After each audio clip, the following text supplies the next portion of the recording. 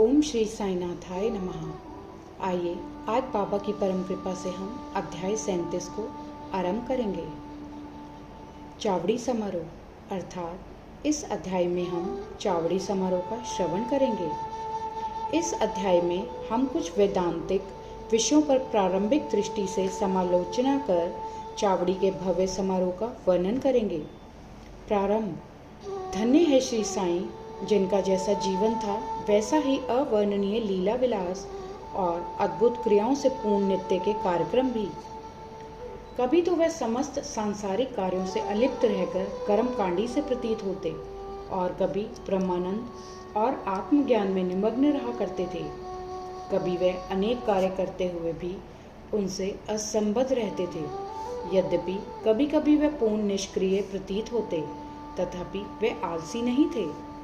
प्रशांत महासागर की तरह सदैव जागरूक रहकर भी वह गंभीर, प्रशांत और स्थिर दिखाई देते थे।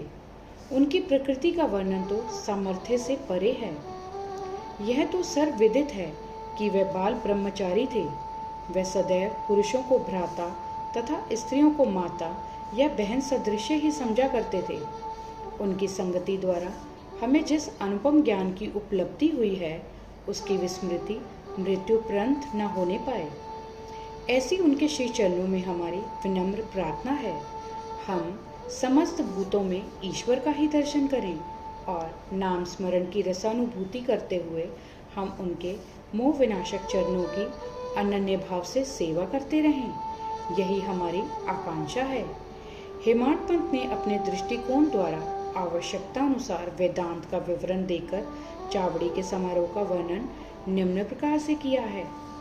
आइए अब देखें चावड़ी का समारोह। बाबा के शयनागार का वर्णन पहले ही हो चुका है। वह एक दिन मस्जिद और दूसरे दिन चावड़ी में विश्राम किया करते थे और यह कार्यक्रम उनकी महासमाधि पर्यंत चालू रहा। भक्तों ने चावड़ी में नियमित रूप से उनका पूजन अर्चन 10 दिसंबर सन 1909 से आरंभ कर दिया था। अब उनके चरणाम्बुजों का ध्यान कर हम चावड़ी के समारोह का वर्णन करेंगे। इतना मनमोहक दृश्य था कि देखने वाले ठिठक ठिठक कर रह जाते थे और अपनी सुध-बुध भूलकर यही आकांक्षा करते थे कि यह दृश्य कभी हमारी आंखों से ओझल न हो। जब चावड़ी में विश्राम करने की उनकी नियमित रात्रि आती, तो उस रात्रि को भक्तों का अपार जन समुदाय मस्जिद के सभा मंडप में एकत्रित होकर घंटों तक भजन किया करता था। उस मंडप के एक ओर सुसज्जित रथ रखा रहता था और दूसरी ओर तुलसी वृंदावन था।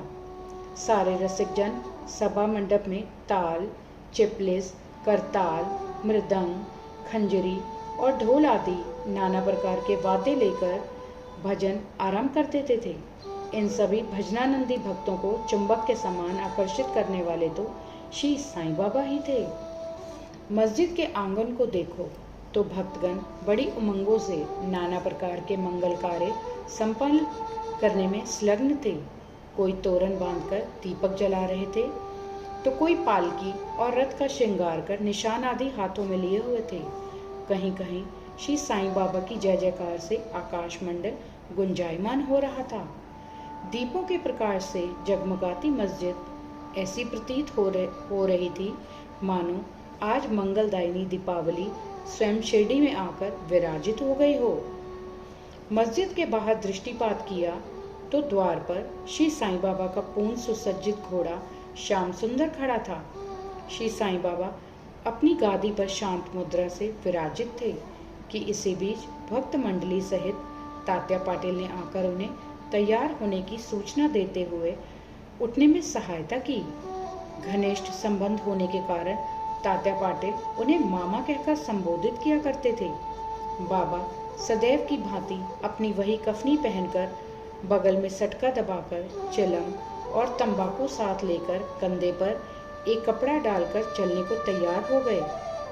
तभी तात्या पाटिल ने उनके कांधों पर एक सुनहरा जरी का शेला डाल दिया। इसके पश्चात स्वयं बाबा ने धूनी को प्रज्वलित रखने के लिए उसमें कुछ लकड़ियां डालकर तथा धूनी के समीप के दीपक को बाएं हाथ से बुझाकर चावड़ी को प्रस्थान कर दिया। अब नाना प्रकार के वाद्य बजने आरंभ हो गए और उनसे विविध स्वर निकलने लगे। सामने रंग बिरंगी आतिशबाजी चलने लगी और नर नारी भांति भांति के वाद्य बजाकर उनकी कीर्ति के भजन गाते हुए आगे आगे आगे चलने लगे। कोई आनंद विभोर हो नृत्य करने लगा तो कोई अनेक प्रकार के ध्वज और निशान लेकर चलने लगा। जैसे ही बाबा ने मस्जिद की सीढ़ी पर अपने चरण रखे, वैसे ही भालदार ने ललकार कर उनके प्रस्थान की सूचना दी। दोनों ओर से लोग चवर लेकर खड़े हो गए और उन पर पंखा झलने लगे। फिर पथ पर दूर तक बिछे हुए कपड़ों के ऊपर से समारोह आगे बढ़ने लगा। तात्या पाटिल उनका बायां तथा महालसापति दायां हाथ पकड़कर तथा बापू साहेब जोग उनके पीछे छत्र लेकर चलने लगे। इनके आगे आगे पूर्ण सुसज्जित अश्व श्याम सुंदर चल रहा था और उसके पीछे भजन मंडली तथा भक्तों का समूह वाद्यों की ध्वनि के संग हरि और साईं नाम की ध्वनि, जिससे आकाश गूंज उठता था, उच्चारित करते हुए चल रहा था। अब समारोह चावड़ी के कोने पर पहुंचा और सारा जन समुदाय अत्यंत आनंदित तथा प्रफुल्लित दिखलाई पड़ने लगा। जब कोने पर पहुंचकर बाबा चावड़ी के सामने खड़े हो गए, उस समय उनके मुखमंडल की दिव्य प्रभा बड़ी अनोखी थी। ऐसा प्रतीत होने लगा मानो अरुणोदय के समय बाल रवि क्षितिज पर उदित हो रहा हो। उत्तराभिमुख होकर वह एक ऐसी मुद्रा में खड़े हो गए जैसे कोई किसी के आगमन की प्रतीक्षा कर रहा हो। वाद्य पूर्ववत ही बजते रहे और वह अपना दाहिना हाथ थोड़ी देर ऊपर नीचे उठाते रहे। वादक बड़े जोरों से वाद्य बजाने लगे और इसी समय काका साहेब दीक्षित गुलाल की वर्षा करने लगे। बाबा के मुखमंडल पर रक्तिम आभा जगमगाने लगी और सब लोग तृप्त हृदय होकर उस रस माधुरी का आस्वादन करने लगे। इस मनमोहक दृश्य और अवसर का वर्णन शब्दों में करने में लेखनी असमर्थ है। भाव विभोर होकर भक्त महालसापति तो नृत्य करने लगे, परंतु बाबा की अभंग एकाग्रता देखकर सब भक्तों को महान आश्चर्य होने लगा। एक हाथ में लालटेन लिए तात्या पाटिल बाबा के बाईं ओर और आभूषण लिए महालसापति दाहिनी ओर चले।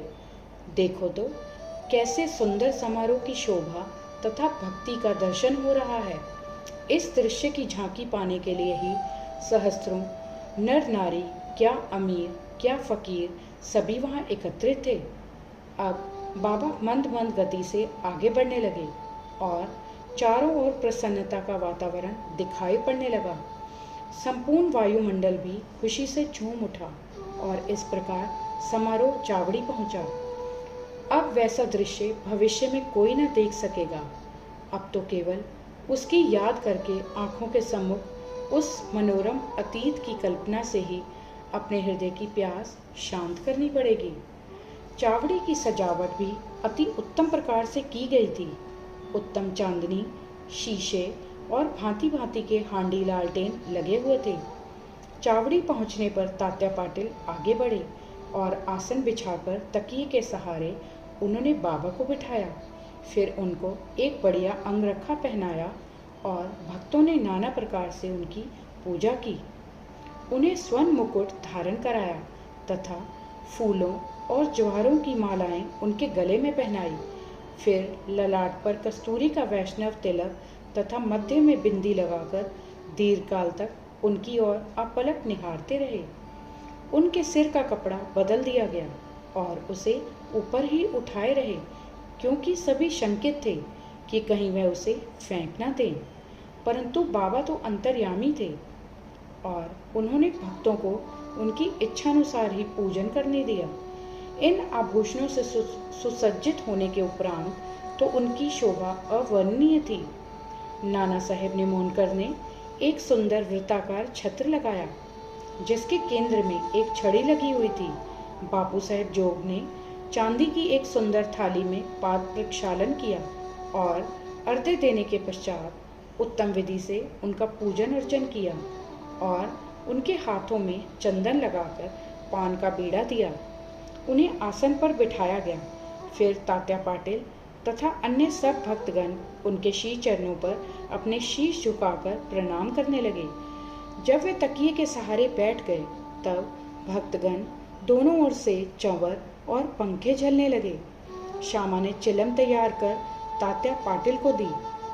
उन्होंने एक फूंक लगाकर चिलम प्रज्वलित की और उसे बाबा को पीने को दी।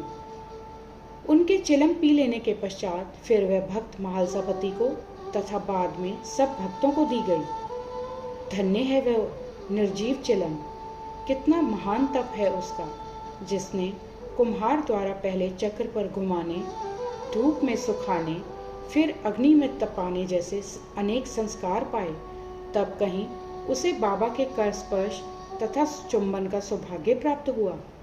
जब यह सब कार्य समाप्त हो गया तब भक्तगण ने बाबा को फूल मालाओं से लाद दिया और सुगंधित फूलों के गुलदस्ते उन्हें भेंट किए। बाबा तो वैराग्य के पूर्ण अवतार थे। वे उन हीरे जवाहरात व फूलों के हारों तथा इस प्रकार की सद्धज में कब रुचि लेने वाले थे, परंतु भक्तों के सच्चे प्रेमवश ही उनके इच्छानुसार पूजन करने में उन्होंने कोई आपत्ति न की। अंत में मांगलिक स्वर में वाद्य बजने लगे और बापू साहेब जोग ने बाबा की यथाविधि आरती की। आरती समाप्त होने पर भक्तों ने बाबा को प्रणाम किया और उनकी आज्ञा लेकर सब एक एक करके अपने घर लौटने लगे। तब तात्या पाटिल ने उन्हें चिलम पिलाकर गुलाब जल, इत्र इत्यादि लगाया और विदा लेते समय गुलाब का एक पुष्प दिया। तभी बाबा प्रेम पूर्वक कहने लगे कि तात्या, मेरी देखभाल भली भांति करना। तुम्हें घर जाना है तो जाओ, परंतु रात्रि में कभी कभी आकर मुझे देख भी जाना। तब स्वीकारात्मक उत्तर देकर तात्या पाटिल चावड़ी से अपने घर चले गए।